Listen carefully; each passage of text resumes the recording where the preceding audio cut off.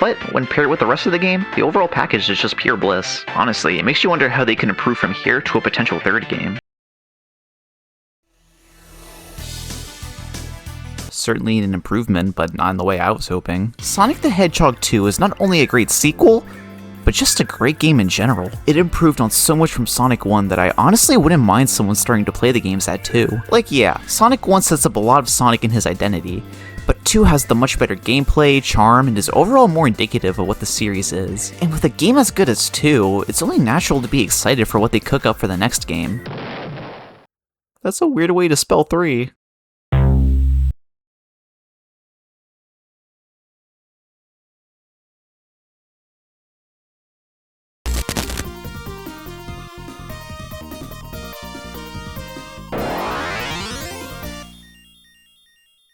Okay, so, this is where things in the Sonic timeline get a little funky, as Sonic 3 isn't the next Sonic game to be released. That honor would go to Sonic the Hedgehog CD, and, who the f is that? Wait, actually, before we go further, I should probably give some backstory for those who aren't quite in the know, so, you know, I should probably get on that. So get this, it's late 1992. At this time, Sega released an add-on for their 16-bit console, the Sega Genesis. Said add-on was the Sega CD. I want you to guess what it does. It allows the Genesis to play CD games, as before it would only be able to use cartridges. Now, to get people on board with the Sega CD, Sega wanted a new Sonic game that would be able to utilize the features and the power of the damn thing. So Sonic CD entered development. Around the same time as Sonic 2, actually. That may not seem like a very important detail, but trust me, it is. Eventually, on September 23rd, 1993, Sonic CD would be released to the public, and sobriety would never be the same since. Sonic CD is definitely the most, unique of the mainline classic Sonic games, as it does a lot of things different from the other two games. For starters, a fully animated opening. Oh my god. Because of the game being on a handy-dandy CD, it's capable of running full-on videos, so we're finally able to see Sonic in all his animated glory. But at what cost? Yeah, so the original release of the game on the Sega CD heavily crops and pixelifies the opening. The add-on was capable of allowing the Genesis to show videos and movies, yeah, but the quality had to be supremely downgraded because it's running on a fucking Sega Genesis. And it's honestly a shame too, because the unaltered version of the opening and ending of the game are some of the most beautiful and well-characterized pieces of official Sonic animation out there. They were made by Toei Animation, and they did a superb job. I can't glaze these guys enough for these animated segments. Also, if you needed more signs that Sonic has connections with Goku, well, there you go. The opening of the game also introduces the basic plot. Sonic's nemesis Dr. Robotnik does the unthinkable. He chains an entire planet to the ground. Wait, how the fuck is that possible? The planet is called, well, Little Planet, and Dr. Robotnik tries to take it over through the power of industrialism. He utilizes flowers or some shit to power his machines, and eventually, Sonic finds out what's going on. So, he goes on an adventure to stop Robotnik so the planet can be free from having like 500 Walmarts built on it. I'll give the game this, it's definitely the most eco-friendly Sonic game out there. Now this part of the plot is all fine and dandy and all, but let me tell you, there's more. Enter Metal Sonic. Not Mecha Sonic, we've been over this, there's a difference. Metal Sonic is a robot doppelganger of Sonic. Even though by this point there are already like 2 or 3 other robot doppelgangers. But this one's different, okay, because Metal Sonic has the right shoe color. The purpose of Metal Sonic is to stop Mammal Sonic from doing his normal Sonic thing, and he goes about doing this by kidnapping a child. Someone should investigate this robot, oh my god. Said victim is Amy Rose, a pink hedgehog that has a comically big crush on Mammal Sonic. Okay. Just so we have everything organized straight, we have Evil Fatass who industrializes an entire damn planet somehow, Blue Hedgehog who tries to stop said Evil Fatass, a robot version of the Blue Hedgehog who tries to stop the Blue Hedgehog who's trying to stop the Evil Fatass, and finally, we have Pink Hedgehog who gets kidnapped by the robot version of the Blue Hedgehog, who does so in order to try and stop the Skin and Bone Blue Hedgehog who is trying to stop the Evil Fatass, who's also the creator of the robot version of the Blue Hedgehog. That's not even mentioning the time stones, and not the time stones. To add more fuel to the fire, there's a new magical collectible that's important to the plot. The time stones. They are stones that control time. Basically. I think. Maybe. Potentially. They are what lets Robotnik do the whole taking over an entire planet thing, so Sonic has to find all of them in order to fully stop Robotnik. How does he get them? Well, we'll get into that. This plot has a bit of convolutedness to it. But you know what? People in the 90s rolled with it, so what's stopping me from doing the same? With that aside, we can finally talk about the gameplay. And it's another classic Sonic game. Get to the end of the level by building up speed and controlling Sonic's speed while also doing some platforming and digging around. The basic gameplay loop isn't that much different from what has come before. However, the main gameplay difference that this game brings to the table is, get this, time travel. I know, I shit my pants too. Yeah, so Sonic can travel through time in this game. Each zone has a past, present, and future variant. You start in the present and travel to the past and future via signposts scattered around each act. When you touch a past or future signpost, you have to maintain top speed for a short time. When you do, you get sent to the time period based on whichever signpost you interacted with. However, I feel like it may not have fully reached the potential it could have. The reason I say this is because going to the past or future version of the zone you're in, for the most part, doesn't really do anything. It's all pretty much cosmetic things that change. The visuals, the music, small portions of the level design, all of these change depending on which time period you're in. And that's great and all, but like, that's it. Neither era has anything of worth that would give you the incentive to go to either. Actually, scratch that. The past versions of each zone do have things of note, but I'll talk about those later when they'll be more relevant. But don't worry, it ain't much. However, those things are only for the past. The future doesn't have anything. Because of that, there's practically zero reason to go to the future outside of, man, I really hate the fact that these zones are pro-environmentalism. Oh, thank God. I mentioned that the level design changes depending on what time period you're in. But I would also like to talk about the level design as a whole. The level design in Sonic CD is, weird. The levels in CD feel a lot more enclosed, unlike most of Sonic 2 and a good portion of Sonic 1, which feel more open. It's a lot of platforming in smaller spaces, and honestly, it feels like there's not many spaces that let you run fast. But it also feels like there are at the same time. It's kinda hard for me to properly explain, but like, the level design feels like it wants you to go fast and use Sonic's speed, but it also wants you to slow down and explore and platform at the same time.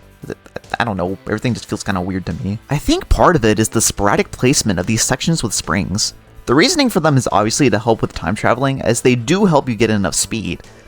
But the way they are placed in each zone make the whole level feel a lot more broken up and less smooth to get through. Plus, there's also the game's level structure. Sonic CD returns to the 3-act system, but it also doesn't. Each zone has 3 acts, but the first 2 are the ones that are the full-on playable ones. The Act 3s are basically just boss acts, as they consist of pretty much the boss of the zone. Not a bad way to structure a Sonic game, since it does work, but I prefer how Sonic 2 did it with keeping just 2 acts with the boss at the end of Act 2. Also, while we're on this topic, I just have to say, the bosses in this game are piss easy. Their patterns are super simple and they are super easy to hit. Just look at the first boss fight.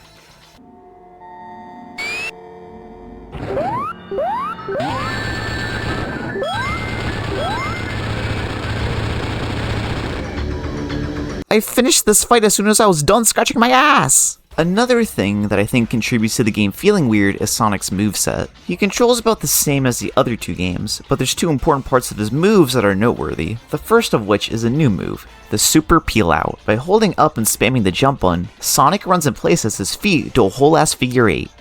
You know what? I'm not going to even try to figure out the physics of how that works. As soon as you let go of Sonic, he runs ahead with a burst of speed. It works pretty similar to the spin dash, just that you don't get the defensive attributes of it. You're vulnerable to enemy attacks by using the peel out, but it can be worth it due to the speed you get. It's kind of like a small scale high risk high reward type of thing. It's a fun and practical new move to add to Sonic's growing abilities. At least, it would be if the spin dash weren't here. So, remember how I said to remember the fact that Sonic 2 and Sonic CD were developed around the same time? Yeah, this is why. Sonic 2 introduced the spin dash, an incredibly versatile move for Sonic that became incredibly iconic with his character. And because of that, the CD team rushed to put the spin dash in Sonic CD, and it definitely shows. The move is so much worse in this game. You have to wait in place for like a second or 2 before you can burst forward. Plus, they didn't even bother adding an animation for it. Sonic just rolls in place like a dork. Plus, the spin dash being here kind of undermines the super peel out, as they practically both do the same thing. However, one is defensive, while the other isn't. It just makes the super peel out feel really pointless. Like, why would you use that instead of the move that can defend you and actually kill enemies? Anyway, time to talk about the zones! Yay! Can you tell I'm excited? I swear I am, and that I'm not being held at gunpoint. The first zone is Palm Tree Panic, and is this game's obligated Green Hill Lake stage. Let's see. Grass, palm trees, water. Man, I think we have a dead ringer. This zone is a fine enough starting level, but I feel like it's missing something. Green Hill and Emerald Hill Zone both had a lot of different and similar aspects that made them memorable. Palm Tree Panic doesn't have that. It just feels like a stereotypical classic Sonic starter level, and that's it. Well, I guess it does have these loops in Act 1 that have a top-down perspective. I don't really know why they included these, because this is the only act in the game that has them, but whatever, I guess. Also, the palm trees in this zone don't panic at all. This is false advertising, and I want a refund! The second zone is Collision Chaos. This is the second level, and I'm always trying to question the names of these zones. Collision Chaos is kind of casino themed, as it does have a lot of bumpers and springs. It's at least a different looking casino level, as it's more in a natural setting unlike Spring Yard and Casino Night. You know what? Level design wise, Collision Chaos kind of feels like a mix of both. There's a ton of springs everywhere, and there's these point giver thingies that you can jump into. Also, if you get to a high enough point in any act, you can actually see Never Lake at the top of the background. It's the area where Little Planet is chained to the ground, and where Sonic is running around in the opening. I think that's a fun little detail. Zone number 3 is Tidal Tempest. It's kinda like Labyrinth Zone, but not as bad. This zone is very similar to Labyrinth in both design and gimmicks. Hell, even the background is nearly identical. It may look close, but at least Tidal Tempest isn't as bad as Labyrinth Zone. It's funny how I use Labyrinth Zone as a sort of measure of quality for water levels in classic Sonic games, but it really is that bad to deserve such a privilege. Anyway, Tidal Tempest is a fine but kind of forgettable water level. Unlike Aquatic Ruin or Hidden Palace, this zone just doesn't have any unique themes or features that make it memorable. Just an average water level that you can find in any other 2D game at the time. Then there's Quartz Quadrant, which I actually really like. It's a unique theme for the Sonic series, the zone obviously themed after a mining operation. I like this zone, not just because it's unique, but it has a few gimmicks that tie back to the theme. One of which are these tracks where you can switch the direction that they're moving. It's nothing crazy, but I don't know, I think it's neat. I think it's also neat how the background changes from being inside to outside the cave as you get through the zone. Again, just a nice little detail they added. Wacky Workbench. The only wacky thing here is my sanity. I've seen people call this the worst zone in the game. And honestly, I agree. This level is filled to the brim with random bullshit. The floor is constantly super bouncy, making you jet up all the way to the top of the level. Plus, there's all these platforms that make you move around, these wall things that can shock you, secret tubes that can move you all over the place. Honestly, it feels like this zone is constantly moving you everywhere except the direction you're trying to go in. Like, I'm just trying to move to the right, and the next thing I know, Sonic is sent flying up to heaven. Also, I gotta ask, what kind of name is Wacky Workbench? These zone names are really strange, and let me tell you, Stardust Speedway is actually pretty normal. This is definitely the headliner zone of the game, as this is the only level Sega and Sonic Team will ever acknowledge from this game. I mean, I can see why. It's very bright and colorful, plus, it lets you move faster than Sonic's normal speed. In fact, you'll be moving way faster. You'll be zipping and sliding all over the place. Also, the boss fight is a fun race between Robot Sonic and Mammal Sonic. Probably one of the only memorable parts of the game. The final zone is Metallic Madness. It's pretty much just Scrap Brain, but if it was more green. It's got a lot of the same gimmicks and mechanics of Scrap Brain Zone, but I mean, it does have these lasers that turn Sonic small. It's a nice gimmick and all, but honestly, I feel like they don't use it to its fullest extent. It's only used for a small section at the end of Act 2, so I feel like there's some missed potential there. There's also these parts with these rotator thingies. Honestly, just like the lasers, I feel like they weren't used that well. That's how I feel about most of the unique things introduced in this zone. They all feel incredibly underbaked and underutilized. And with that, that's all the zones in the game. Only 7 zones compared to Sonic 2's 11. Although it's a noticeable decrease, it does allow the game to be replayed more, as there's less levels to go through. And to be honest, I need the extra playthroughs because I can never remember shit. Most of the zones are incredibly unremarkable, as a lot of their ideas are rehashes from previous games. Specifically Sonic 1. Like, Palm Tree Panic is heavily inspired by Green Hill, Collision Chaos takes a lot from Spring Yard, Tidal Tempest is Labyrinth but less pissy, and Metallic Madness is just f***ing Scrap Brain Zone again. Hell, even Sonic's sprites and most of his animations are taken directly from Sonic 1. There's like 3 zones here total that are noteworthy, and one of which is for all the wrong reasons. I think the word that best describes some of these zones is uninspired, because most of these levels are just... they just are. Oh wait, then there's the special stages. Fuck. Let's see here. Sonic 1's special stages make me feel like I'm high. Sonic 2's special stages, while better, still have a lot of bullshit to them. Sonic CD special stages... Wait, hold on a minute. These are actually pretty alright. The goal here is to run around the map and destroy all the UFOs within the time limit. If you do, you get rewarded with one of the time stones. Okay, that's a very oversimplified version. Yeah, the goal is to get all the UFOs, but there's a little more to it. There's a couple interactive things here like springs and air vents that tend to act as obstacles, but they could also serve as an aid in hitting the UFOs. There's also the water, which you really have to avoid because it drastically, and I mean drastically, decreases your time. Now thankfully, the CD team throws you a bone, as once the timer hits around 20 seconds, a blue UFO spawns in the middle of the map. When you destroy it, you get some extra time to help you out. Now for the most part, these special stages are pretty alright, but the main thing dragging them down for me is the depth perception. Because, yikes. You see, the stages are in the pseudo 3D, 2.5D type of thing, and because of that, it can be a little hard to determine if you manage to hit one of these flying bastards or not. Again, it doesn't make the special stages terrible or anything. These are the best ones so far, but they still fall short of being the perfect Sonic special stage in my opinion. Now, what happens when you do get all the time stones? A new transformation like Super Sonic? No, this isn't Sonic 2, silly. This is Sonic CD. You get a different ending. This game is just Sonic 1 in disguise, isn't it? Yeah, just like Sonic 1, the only thing you get by getting all the collectibles is just a different ending. Instead of Little Planet reappearing chained to the ground, you get flowers. Just like Sonic 1. This being the reward for getting the time stones kinda kills the motivation to get them at all, because why waste all that time if all you get is just a different cutscene at the end? That's not where it ends, however, because if you really want to get the good ending, but you don't want to go through the special stages, the team behind Sonic CD decided to give you another option. In the past versions of Acts 1 and 2 of each zone, there are robot generators that you can destroy. By destroying them all, they create a good future version of that zone. Destroy them all and you also get the good ending. This isn't a bad idea since it does encourage exploration in the levels, but one problem I have, like I said earlier, is that they are only in the past. Again, all this shit is in the past, so when it comes to picking between which time period I want to go in, the past or the future, I'm always going to pick the past, because why the f would I go into the future when there's nothing to do there? What else is there to talk about?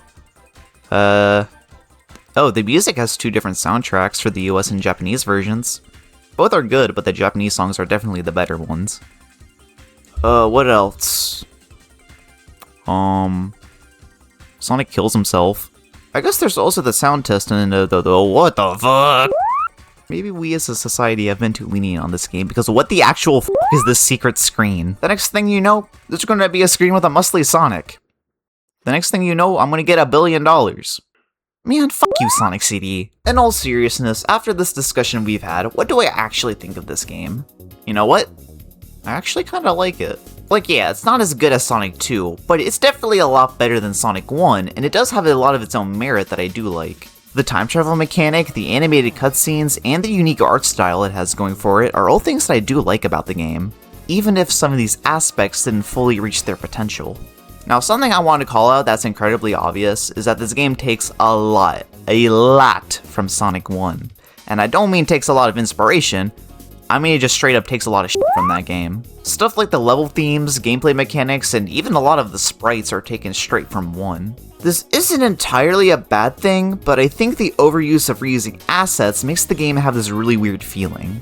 Like, this game is this really weird combination between new ideas and old ideas, and when put together, they just don't really flow that smoothly.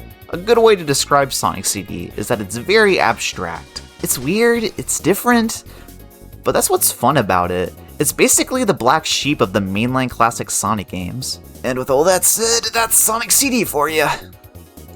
With this game out of the way, I could finally talk about the next Sonic game on the timeline. I'm actually really excited about this one because out of all the classic mainline Sonic games, this one is my undisputed favorite.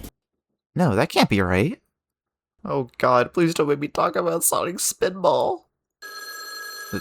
What the hell? Who could be calling me at this hour?